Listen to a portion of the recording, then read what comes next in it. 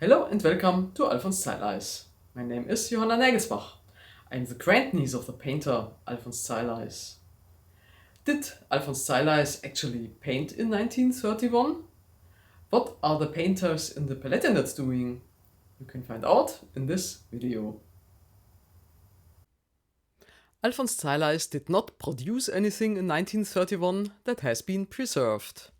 The Palatinate Artists Association has largely reduced its exhibition activities. There's no money to be made in art. Artists who do not have to make a living from their art must step aside and give priority to full-time artists. Alfons Zeilais repeatedly exhibited with one of these artists and was mentioned alongside him by critics in one sentence: Professor Otto Dill. Here are some pictures by Alfons Zeilais that were shown in exhibitions with Otto Dill. Otto Dill is one of the few artists who continues to exhibit successfully. In June 1931, he had a solar exhibition at the Saalbau in Neustadt. His pictures have popular, gripping motifs that appeal to viewers. The newspaper Generalanzeiger writes, "From the collection of animal pictures we highlight the particularly gripping Lion Tamer, Bullfight, Arab in the River, etc." At the end of the article, the newspaper quotes the mayor of Neustadt, Dr. Forthuber.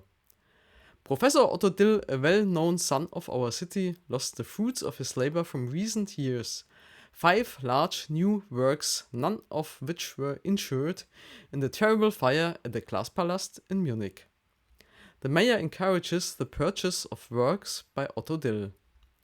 What had happened? As every year, the world-famous Munich art exhibition takes place in the Munich Glaspalast in 1931. The Glaspalast was built in 1853-54 as an industrial exhibition building. It is made of steel and glass. The newspaper Generalanzeiger reports on 6th of June 1931. At the scene of the fire at 6:45 am. At this hour, the huge fire is still raging inside the Glaspalast. The fire brigade is still busy fighting the fire with 32 hose lines. The huge roof has completely collapsed. Barely 2 hours after the fire was detected, the Glaspalast is nothing more than a smoking pile of rubble. According to a report in the newspaper Generalanzeiger, only the paintings on loan, primarily the almost completely destroyed collection of romantic works and the works of invited artists, were insured among those exhibited in the Glaspalast. According to the statutes, all other works had to be insured by the exhibitors themselves. Otto Dill was not insured. According to the newspaper Ingolstädter Freie Presse, the burnt frames alone are worth at least 150,000 marks. In terms of artistic material alone, over 600,000 marks in acquisition value has been destroyed.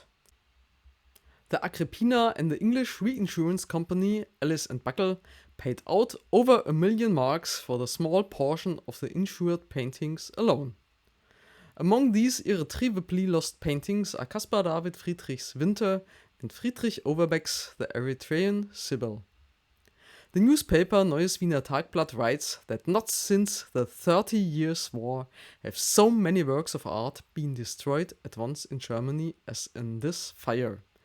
Only 80 of the 2,820 works on display were saved. This raises the question of what will be shown in the replacement exhibition from 15th July 1931. In any case, the admission tickets are still valid. The Glaspalast Relief Fund is quickly established to collect donations. Artists are already struggling. Did such a terrible tragedy have to happen? Incidentally, plans to rebuild the Glaspalast are not implemented after the National Socialists come to power.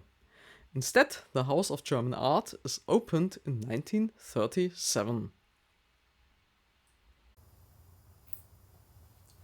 Thank you for looking with me at the burning of the Glaspalast in Munich in 1931. If art was so unpopular back then, which type of art was appreciated? Was there any kind of art or art movement which was popular?